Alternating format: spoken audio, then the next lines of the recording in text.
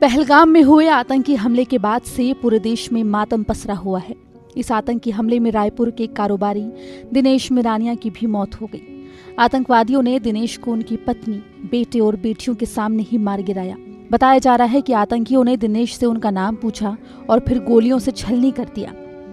आतंकियों के हमले में दिनेश की पत्नी और बच्चों को भी गहरी चोट आई है। उनके चेहरे पर बारूद के छींटे पड़े हैं। वहां का मंजर देख परिवार के सभी लोग सदमे में चले गए हैं। बच्चों को तो पिता की मौत का ऐसा सदमा लगा है कि वो किसी से बात तक करने की स्थिति में नहीं है। दिनेश के परिजन आतंकियों के खिलाफ कड़ी कार्रवाई की मांग कर रहे हैं। समुदाय के लोग जो हिंदुत्व पे अटैक कर रहे हैं कि आप कलमा पढ़ो, नहीं पढ़ सके तो गोली मारो हैं। कोई अगर बोल दिया मुस्लिम है, मैं मुस्लिम हूँ, पेंट खोल के उसका खतना हुआ है कि नहीं हुआ है उसको भी देखा गया है।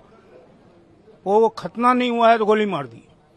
तो ये जो क्रिया की है ये देश की एकता अखंडता में नहीं है, ये हिंदुत्व में हम है। दिनेश मिरानिया की मौत के बाद से रायपुर में मातम पसरा हुआ है।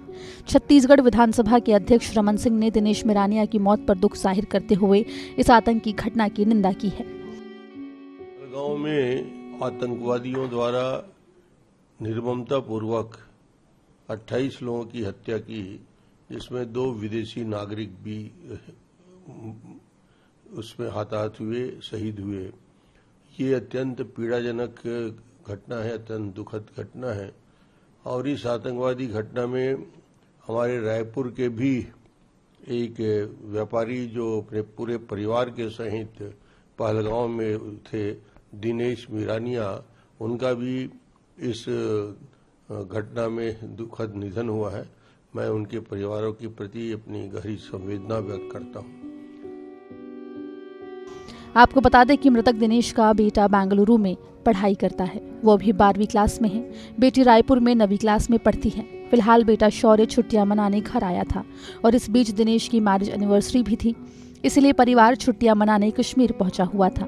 लेकिन दिनेश आतंकवादियों के हमले का शिकार हो गए। कश्मीर में खुशियां मनाने गए दिनेश मिरानिया का परिवार वहां से अब दिनेश के शव के साथ रायपुर आएगा और ये परिवार कश्मीर से लाएगा ऐसी खौफनाक यादें जिसे वो कभी भूल नहीं पाएंगे।